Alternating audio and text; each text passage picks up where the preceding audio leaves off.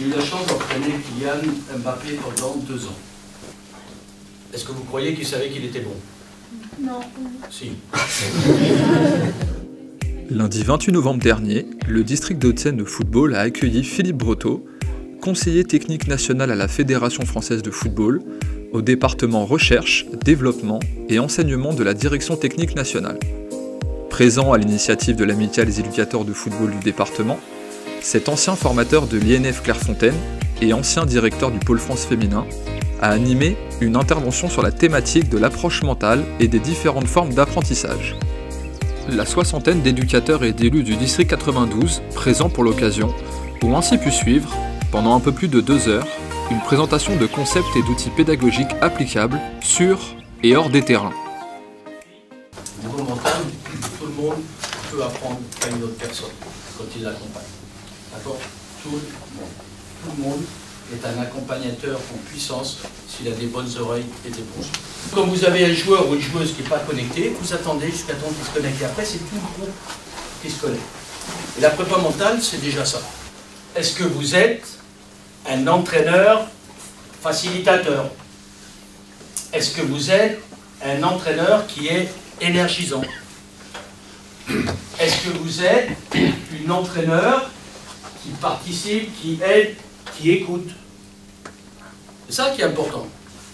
Vous arrivez au début de la séance, vous expliquez sur 2 ou 3 points, voilà. Voilà pourquoi on travaille ça. Au dernier match, on a vu ça. Maintenant, ça, on veut l'améliorer. Je souhaiterais qu'à la fin de l'entraînement, on ait pu faire ça. Là, c'est plus pareil. 3. On travaillait 3 choses.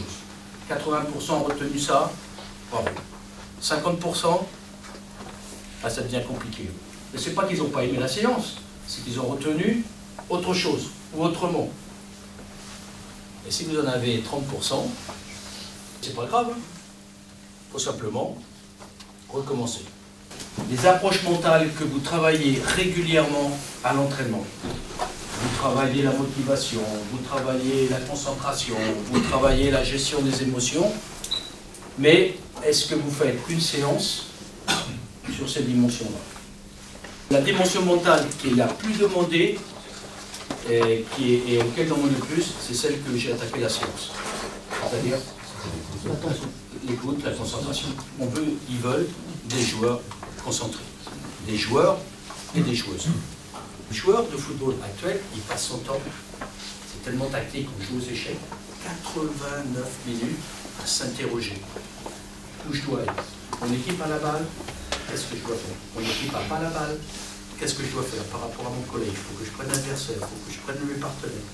Il réfléchit tout le temps. Sauf que si vous avez donné le ballon là-bas, c'est une autre réflexion qui vient. Qui a souhaité que les personnes qui l'entouraient, que ce soit ses parents, ou que ce soit les entraîneurs, que ce soit les enseignants, qu'est-ce qui a souhaité qu'on lui fasse vraiment confiance? Ah, tout le monde. D'accord. Alors je vous pose la mauvaise question. Qui fait confiance en tout le monde?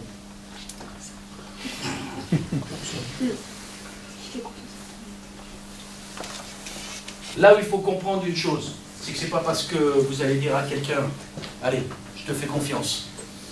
Non, ça ne marche pas comme ça. C'est pas ça. C'est toujours l'autre qui vous donne de la confiance.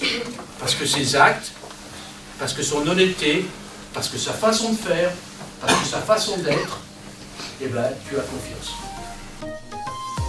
Le district de Hauts-de-Seine de football remercie Philippe Breteau pour sa disponibilité, ainsi que pour la qualité de la présentation et des échanges. Merci également à l'amicale des éducateurs de football du département d'avoir permis cette rencontre bénéfique à tous les participants.